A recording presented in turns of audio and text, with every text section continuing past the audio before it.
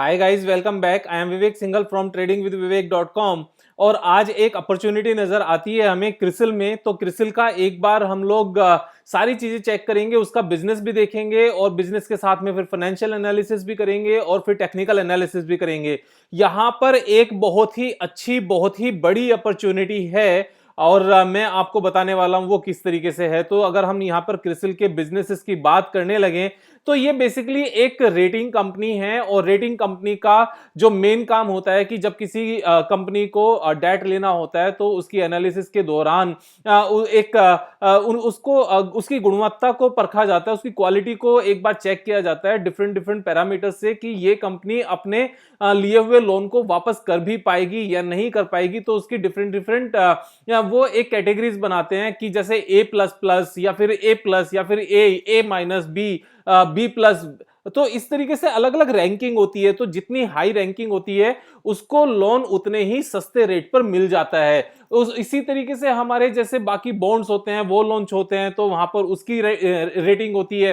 तो जैसे जैसे इंडिया में फाइनेंशियल मार्केट ग्रो कर रही है वैसे वैसे ही यहां पर इसके सर्विसेज की इस रेटिंग की जरूरत पड़ती है, क्योंकि अगर वो रेटिंग नहीं होगी तो बाकी जो लोन देने वाले कंपनीज हैं या फिर जिनसे उन्होंने पैसा लेना है एज ए फंडिंग, तो वहां पर वो चीज अच्छे से काम नहीं कर पाती और उनको एक वहां पर क्रेडिबिलिटी नहीं बन पाती। तो ये थर्ड पार्टी से जब हम रैंकिंग करा लेते हैं, ऑडिट करा लेते हैं, तो एक क्रेडिबिलिटी बनती है और वहां पर पैसे को लेना, मार्केट से उठाना वो थोड़ा सा आसान हो जाता है। तो बिजनेस यहां पर ग्रोइंग है क्योंकि इंडिया जैसे जैसे ग्रो करता रहेगा वैसे ही इन प्रोडक्ट्स की डिमांड और ज्यादा बढ़ती रहेगी।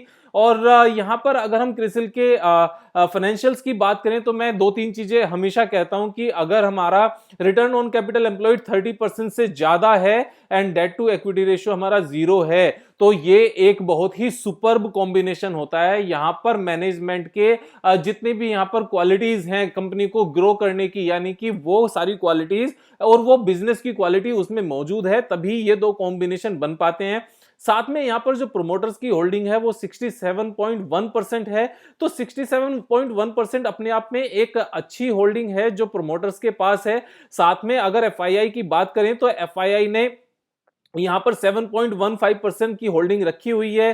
डीआईआई के पास यहां पर 11.55 है और पब्लिक के पास 14.17 है। लेकिन इस जो पब्लिक के पास है 14.17, इसमें ऑलमोस्ट 5.5% की होल्डिंग वो राकेश झुनझुनवाला जी के पास है। तो यहां पर राकेश झुनझुनवाला जी के पास ये एक शेयर है जिसमें यहां पर टेक्निकली भी अपॉर्चुनिटी नजर आती है। तो बिजनेस तो ग्रोथ ग्रेट है ही, साथ में इसके फाइनेंशियल्स भी ग्रेट हैं और साथ में यहां पर टेक्निकल एनालिसिस भी हमें एक अच्छी अपॉर्चुनिटी दे रही है। तो लेकिन जब मैं यहां पर टेक्निकल एनालिसिस एक अच्छी अपॉर्चुनिटी दे रही है ये बात करता हूं तो यहां पर यह बिल्कुल समझने की जरूरत नहीं है कि मैं यहां पर आपको रिकमेंड कर रहा हूं बाय करने या सेल करने के लिए। मेरी कोई रिकमेंडेशन नहीं है, ये एक एजुकेशनल वीडियो है।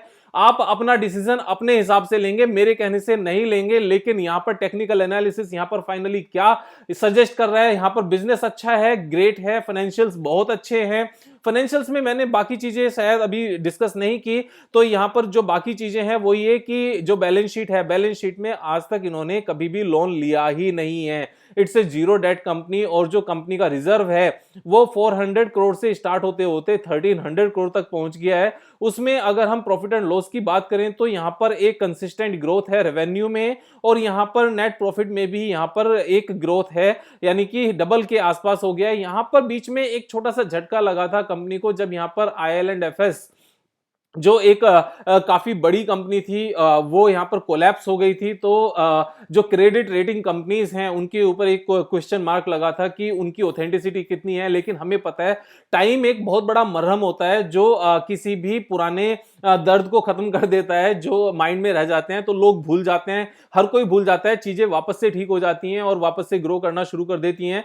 तो ये 2019 में अप्रैल मई के आसपास ये एक केस निकल कर आया था जो अब दूर हो चुका है, खत्म हो चुका है। और वो दूर कैसे हो गया, यहां से पता चलता है कि दिसंबर क्वार्टर में पिछले 12 क्वार्टर के कंपैरिजन में हाईएस्ट एवर रेवेन्यू है और जो ऑपरेटिंग प्रॉफिट है वो भी हाईएस्ट एवर है और जो नेट प्रॉफिट है वो भी हाईएस्ट एवर है। और जब भी मैं हाईएस्ट एवर की बात करता हूं तो एक चीज हमेशा बोलता हूं कि अगर कोई कंपनी ग्रोइंग है, उसके फाइनेंशियल रेशियोज अच्छे हैं, उसका बिजनेस अच्छा है और करंट क्वार्टर में उसके highest ever sales and revenue नजर आई है, तो उस कंपनी के ऊपर जाने के बहुत ज्यादा अच्छे चांसेस होते हैं। और खास तौर से अगर वहां पर टेक्निकल चार्ट पैटर्न भी डेवलप हो रहा हो, तो यहां पर टेक्निकली क्या चार्ट पैटर्न डेवलप हो रहा है मैं आपको वो बता देता हूं। तो यहां पर जो डेवलप हो रहा है वो है यहां पर कप विद हैंडल पैटर्न, और कप विद हैंडल पैटर्न में यहां पर कितना हमें अपॉर्चुनिटी नजर आती है मैं आपको वो बता देता हूं। तो ये हमारा कप है, इस कप को अगर थोड़ा सा ठीक से हम लोग ड्रॉ करें तो ये इस तरीके से नजर आता है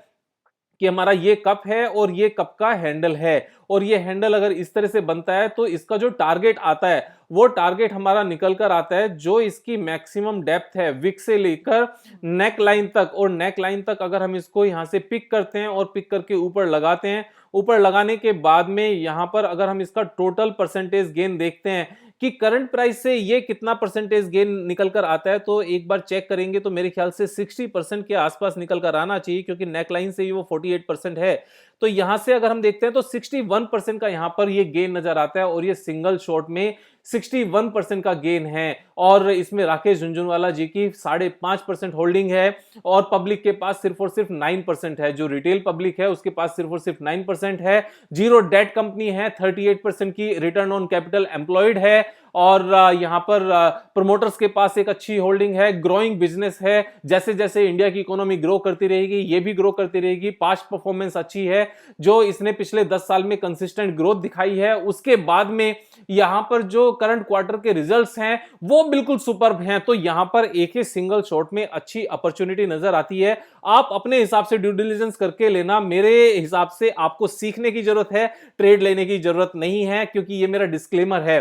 और जहां तक इसको अपने दोस्तों को सब्सक्राइब कराने की बात है या फिर उनको शेयर करने की बात है, तो जितने मजे दोस्तों को भी प्रॉफिट कराने में आते हैं उतने मजे अकेले में कभी नहीं आते हैं। तो ज्यादा मजे करने हैं तो दोस्तों को भी सब्सक्राइब कराना है और उनको शेयर भी करना है। कल फिर मिलेंगे ठीक 5 बजे एक नई वीडियो के साथ, तब तक मजे करो यार।